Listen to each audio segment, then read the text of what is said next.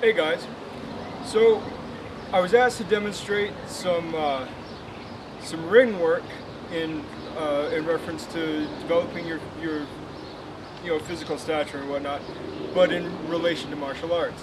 So I want to show you the idea of the false grip, which is commonly used on the rings, commonly used to train up really the forearms and to make transitions for things like muscle ups and wall climbs if you're looking at more things like parkour a bit easier. See, when you transition, classically when you grip something over the fingers, which puts all the pressure here, so when you transition, you end up having to transition to the ball of the hand or right on the fingers to the heel of the hand. And unless you have enough explosive power to be able to lighten your body up enough to make the shift, it's going to be very difficult. So we train the false grip to begin with just to get you used to being able to go through the transitional movements and not worrying about having to generate enough power yet to produce that transition off the cuff. Now, how does this relate to martial arts? Well, in Wing Chun, we use something called Fook. Fook really just means kind of hand-on. It's not a particularly aggressive move. It's not a particularly defensive move. It's literally just making a bridge. So classically, if we're doing Chi Sao, my Fook Sao is just resting over the top and not resting with pressure. I'm not pressing down, simply in contact. More modern Fook Sao, or some people might say advanced Fook Sao, I'm using the heel of my hand at a slightly outward angle, more of a wedging angle here to prevent the internal centerline strike. Here, over the top, I have to keep my elbow in. So you're going to find that when you're doing ring work and whatnot, these principles translate over. When you're in the false grip position, which is more like the traditional Fook Sao, you're going to need your elbow in. If your elbow flares out, you're not going to have the strength and the power. Now the major difference is when you're in false grip, you are in a pulling position. Fook Sao, you're generally not pulling, you're simply making contact. So understand that the energy is not the same, the shape is the same. Now I'm going to show you also at the top, because we're going to go over two exercises, the pull up and the dip. This will also help you achieve your muscle up and your climb up,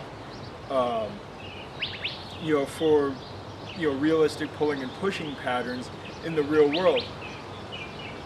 When you are in full press position in a dip, you're resting once again on the heel of your hand. It's an awful lot like the modern Fook Sao or the advanced Fook Sao. You're going to find that you need your elbow backing up the palm. You don't want your elbow lagging behind. So let's go over to the rings and let me show you what I'm talking about. So you can see here on the rings, when I grab, normally when you grab, you tend to just place the ball of your hand and wrap around. You can see the problem this creates. So when you come into false grip position, two things are important. One, your elbow is directly below your wrist. And two, your hand is going to be crooked over. So I want my wrist in the center of the ring, which is going to put my hand slightly to the edge. Palm on the ring. This way when I grip around, I will not have the grip strength developing on this because my hand is not in a grip strong position, but I will be developing forearm tension, which will be very, very useful in our Wing Chun practice. And I'm going to want to be keeping my elbows in. So once I reach myself in the false grip position, watch the position of my arms, my wrist, and my elbow will be in a direct line as opposed to being in a slight diagonal. Let your hands come out a little bit. And then as you pull in your elbows and retract,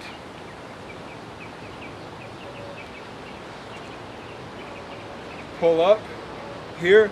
And then of course if you're transitioning, you transition full, and then you go into lockout with your elbows down, which puts your hands out. Now let me show you in the dip position. So you're going to see here, pay attention closely to my hands. My hands have not really changed position from where they were on the pull-up. I'm aligning my hands in the same method, and when I come up into the dip, I'm going to make sure that my elbows are directly over my hands, and when I lower myself down, my elbows stay directly over my hands. I don't want to come down like this. I want to come down like this. You are actually going to have a forward lean on your dip in order to keep that elbow-wrist alignment. This is important in Wing Chun. This is important for body structure.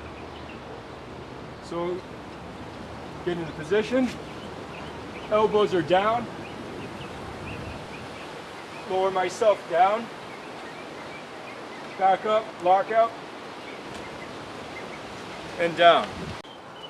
So this is the basic idea behind ring work in relation to Wing Chun. Your false grip is just like Fook Sao. The energy is different, but the false grip is just like Fook Sao. It will help you develop the musculature in the shape necessary for Fook Sao. And once again, doing the dip with your elbow directly in line will get you used to keeping your elbow in line with the pressure or the force generation for your strikes. If your elbow is ever out of line with your force generation, you are compromising your own structure for the sake of whatever it is you're trying to achieve. That's all I got for you. I'll talk to you guys later. Good journey.